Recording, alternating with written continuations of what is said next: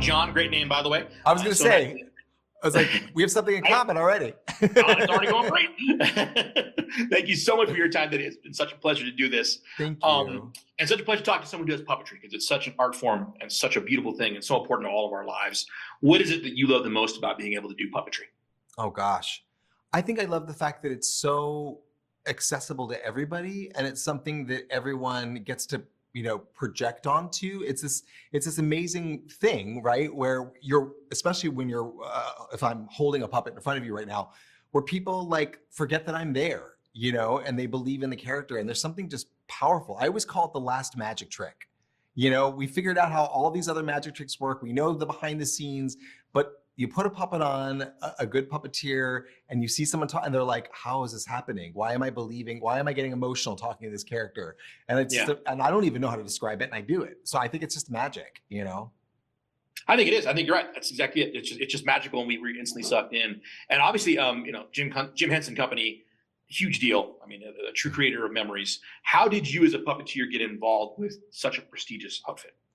Well, it's a very long story, but I will say that it really became, it was really from Jim Henson. And I wrote him a letter when I was 8 years old, and he got it.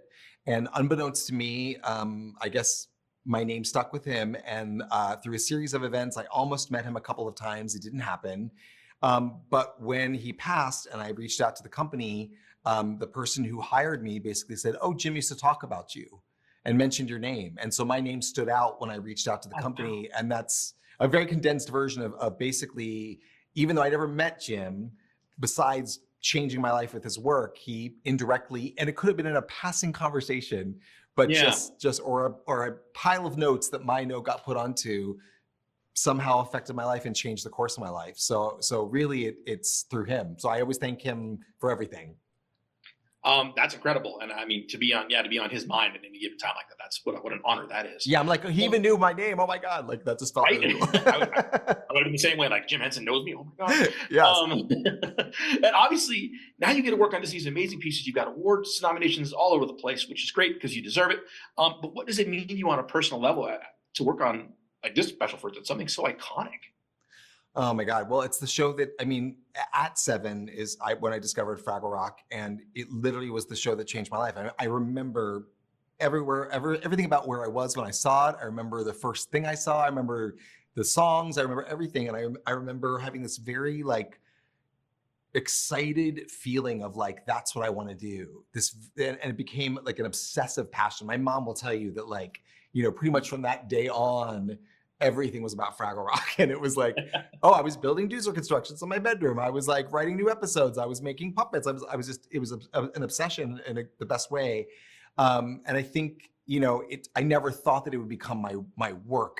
It was such a beautiful part of my growing up, and definitely gave me a moral compass in many ways. I look at the lessons of the original series. I'm like, oh, I learned that from Fraggle Rock. So I think, I think knowing that now we get to continue that on is just it's a great gift. It really is. It really is. And that's actually, I really love about the special is that it had such beautiful layers to it, such beautiful messaging. And that leads me right to my next question. What do you hope audiences take away from this special when they get a chance to sit all down and watch it? Oh, wow. Well, I think it's a combo. We always want people to feel like they belong. I always say Fraggle Rock's the place everyone belongs. You just have to know how to get there, right? So if you can find a Fraggle hole, you're in Fraggle Rock, you're invited, I think it's, the sense of inclusivity, the sense of family, that we all need each other. I think the holidays are the time of year where even people who have a very difficult relationship with their families, they tend to be a little bit more sentimental, a little bit more thoughtful about their families this time of year.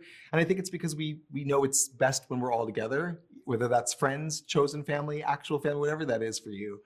And I think also we want people to take away the idea that even if you can't celebrate the holidays or the season in the way that you're used to, it doesn't mean it's any less worthy. It doesn't mean that there isn't less magic. It doesn't mean that there might not be an amazing new experience right in front of you. You just have to be open to it. And I love that Gobo and the Fraggles get that last little magical example of that in the show. I won't give it away. Spoiler alert. Yes, exactly. I'll put it after it airs. That's fine. We'll be okay. But that makes total sense. That is a beautiful message to have. Well, that is all the time we have for today, John. Thank you so much for your insights and for the lessons. Thank you. Thanks for the great questions. I appreciate it. I appreciate that. Thank you so much. All right, bye-bye. Thank you.